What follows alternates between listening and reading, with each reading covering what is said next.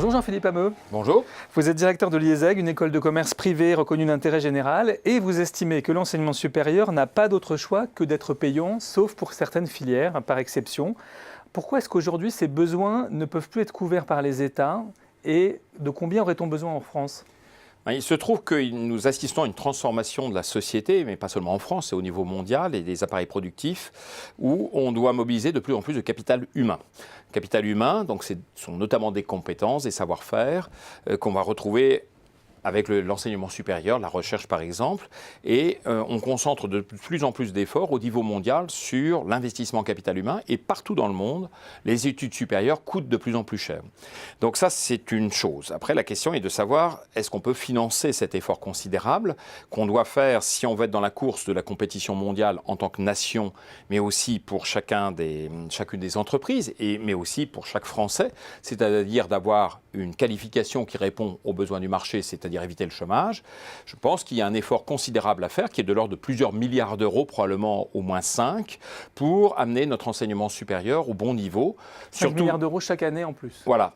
Alors, peut-être pas dès la première année, mais établir un modèle de développement qui permette, au bout de quelques années, d'avoir 5 milliards d'euros de plus pour l'enseignement supérieur. Essentiel déjà parce qu'on va accueillir plus d'étudiants. Indispensable aussi de trouver des nouvelles solutions parce que l'État est dans une situation d'endettement de 2 000 milliards d'euros de dette et un taux de prélèvement obligatoire parmi les plus élevés du monde. Donc on se dit cet effort additionnel indispensable, on ne le résoudra pas en termes de solutions avec les finances publiques. Donc il faut trouver un autre modèle et c'est pour ça que je propose un modèle plutôt à l'australienne qui je crois est assez vertueux. Alors le modèle australien, expliquez ce que c'est.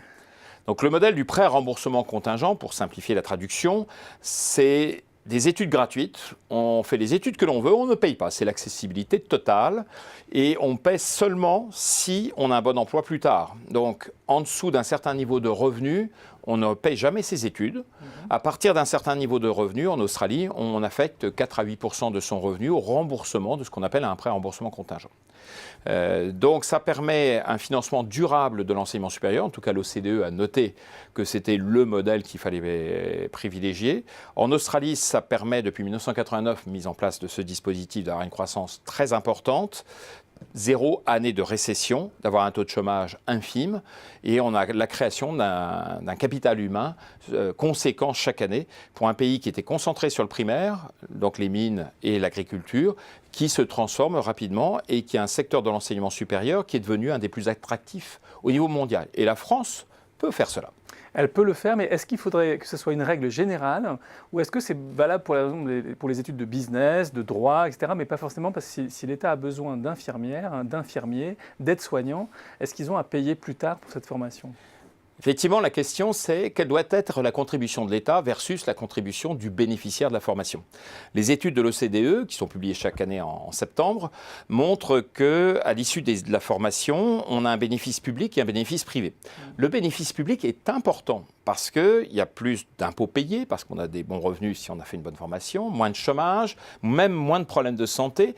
Donc pour l'État, c'est gagnant. Donc c'est logique que l'État contribue significativement au financement de l'enseignement supérieur. Et pour moi, il doit contribuer au moins autant qu'aujourd'hui. Donc il ne s'agit pas de substituer le financement privé au financement public comme les Anglais l'ont fait. Par contre, il y a un bénéfice privé qui peut se compter le plus souvent en centaines de millions d'euros. Ce n'est pas aberrant que ceux qui ont bénéficié de la formation renvoient l'ascenseur. Mais à l'instar de l'Australie, ce qu'on pourrait peut-être faire, c'est dire en fonction du domaine d'études, la contribution privée-publique, c'est-à-dire étudiants versus de l'État, n'est pas forcément la même. En Australie, ça va de 30 à 70%. Moi, je pense que même, on pourrait peut-être aller de 20 à 80%, c'est-à-dire que certaines formations en Australie sont financées à 70% par l'État et par les diplômés s'ils ont des revenus suffisants, s'ils n'en ont pas suffisamment à concurrence de 30%, mais par exemple pour les études de business ou de droit, en Australie, c'est l'étudiant qui devra payer une fois diplômé 70% du coût et l'État seulement 30%. Ce qui permet une régulation en fonction des besoins de la société et ça me paraît plutôt intelligent comme démarche.